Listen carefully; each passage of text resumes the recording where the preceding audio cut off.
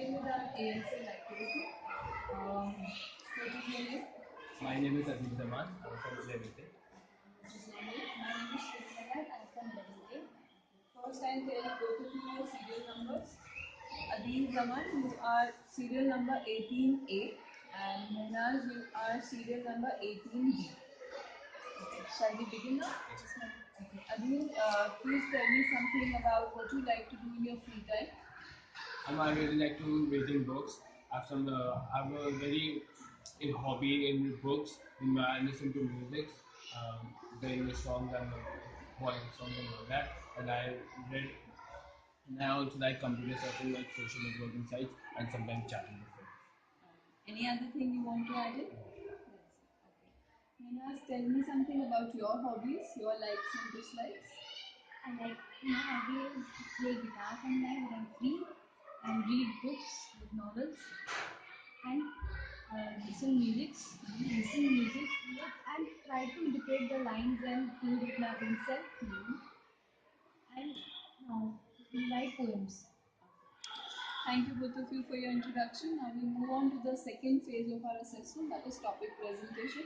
So, Adil, are you ready? Yes, sir. Would you like to begin? The topic I've chosen is Has India really progressed? And starting, I really think that India has really progressed. If you look at the time frame, that India was such in a stagnant condition when they were ruled by the British. So in these 65 years, almost 65 years of independence, yes, we can say that India has progressed as compared to any other colonial country. So starting with it, if we look at the IT and the science sector, the recent development with India established was the MOM mission, that is the Mars rover mission. India was the first country to successfully land on the Mars land in its first attempt to pass the Mars orbit. Secondly, in economic terms, India is now currently defined as a developing economy. There is a structural transformation, that is shift from primary sector in the production from primary sector to secondary and tertiary sectors. This is called structural transformation, which is very significant in now in India's economy. So yes, the employment rate in the primary sector was like nearly 25% or 30% in at the time of independence. Now it is being reduced, and the secondary and tertiary sector is increasing. And now, really talking about the education sector, the literacy rate is a constant rise. The health conditions, the education quality, the IMR, that is infant mortality rate, is constantly decreasing. So yes, we can say that India is fast developing, and India is the only country in the world which its constitution provides the uh, all over developing the frame for the minorities and the caste systems, which is not really very present in other countries of the world. So India has really established itself in the global era. Thank you, Adil. Now, Mehnaz, please ask me a question. Can you elaborate on how much India has progressed in the field of education? Yes, India has really progressed in the education sector. This is significant through that various government have launched various policies to promote the student, to promote the children and the parents to get education. That is one of the very popular scheme is that midday meal scheme. That is, they provide free lunch to the students and the teachers. And secondly, if you look at the literacy rate, now in India it has been raised whoppingly to a 74%, which is just a merely 4.5% at the time of independence. So through this, you can actually see the development of an Indian education sector. Are you satisfied? Okay, thank you again for your response. My question to you is that if we talk about the increasing literacy rate, then yes, agreed, India has progressed. But what do you think? Have we been able to give quality education to our students, all the students? Not really, but India is still trying very hard to provide education in the remote sectors. That is the minorities, the SCs and STs. India's government is constantly working on that. We have reservation systems in the colleges and the schools and all the other various institutions, and the government also provides some reforms for religious minorities, that is to promote their religion and to educate themselves, to promote their culture. So yes, ma'am, India is trying, and progress comes after a long time. It's not a revolution, so India is still working on that. So you're hopeful that we Yes, will be able to provide quality education to everyone. yes. Thank you again for your presentation. Now, Manas, you begin with your presentation. After you complete it, Adil will ask you a question, and then I will ask a few more questions. Would you like to begin? My topic is, as has India really progressed? No, because I don't think India has really progressed, because in economic sector we can see it has progressed, but it's important to know all the sectors and understand what all everyone needs. Like in education sector, yes, India has progressed, but in some areas it's very the literacy rate is very much below average, and we need to progress, because in some sectors the education level is very high. Like in Bangalore, IT side is very much high, but in Haryana side you can not even know, the citizens not even know anything of education. And other sector, women's safety is also not there. The capital of India, Delhi, it's really unsafe. We see in news and all, the most cases which we see is mostly happen in Delhi, and it should not be there. Okay. And other sectors, economic, yes, India has progressed because they have worked hard for that, but it's not important. Economically they are getting money from other trade and etc., but they should know that everything should be there. Like they are progressing internationally from trade, export, import, and like Mars missions we had it. They are developing from all the sectors, but internally they have not done anything. It's look like in female feticide in India, it's still happening that female feticides are rising high.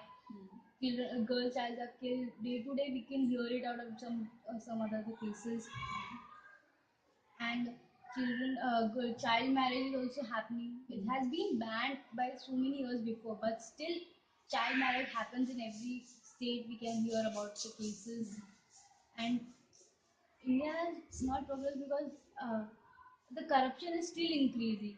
After independence, it's we can say that British was very cruel and they did very bad, but they didn't had corruption. What they did, they had a benefit for themselves. As in democracy, that we should get that freedom to see what we have. If the government will see and do everything properly, there will be no corruption, and each and every citizen will get each and every right and safety. But if we can see it, the corruption is rising and they are only profiting their ministers and themselves, and the people are getting nothing. Because we should get it, because it's a democratic state. So we should have the rights, and people should get their right and know their right. And it's happened if they will be educated. And and there are many schemes that government and launched for each and everything, for education or for other things, but they are not reached to the people, because in the middle there are ministers and everything, and they get it up. And sometimes they give it, but the people doesn't understand it also, because they doesn't trust them.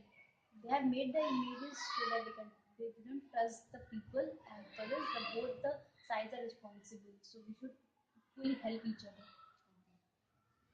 That's it. Yes, ma'am. Adil, can you please ask her a question? Okay, I agree with your point of view, but looking at the fact that many Indian qualified doctors and scientists are now working in the abroad in the international markets, like in NASA, there are many qualified scientists, Indian scientists. So how can you say that India is not developing? Because India has developed in their this areas, like they are going abroad and everywhere for their working, but they can do it in India and make India progress. They are profiting the other countries for this. If they will try and do it in India, they can move India more further, but they want to get only money. They are not seeing it that there should be development in India also. If they get the education from India, they should get it India more developed, progress with their high quality powers and education and new technology. So I don't think so India has progress, because if they get it, they profit others countries, and they don't think that our country also need that technology, that resources. Thank you, Mehnaz, for your response. My question to you is that you sound a little pessimistic about the entire Indian system. If you are made the head of the country, what will you do to make India progress in the way that you want it to be?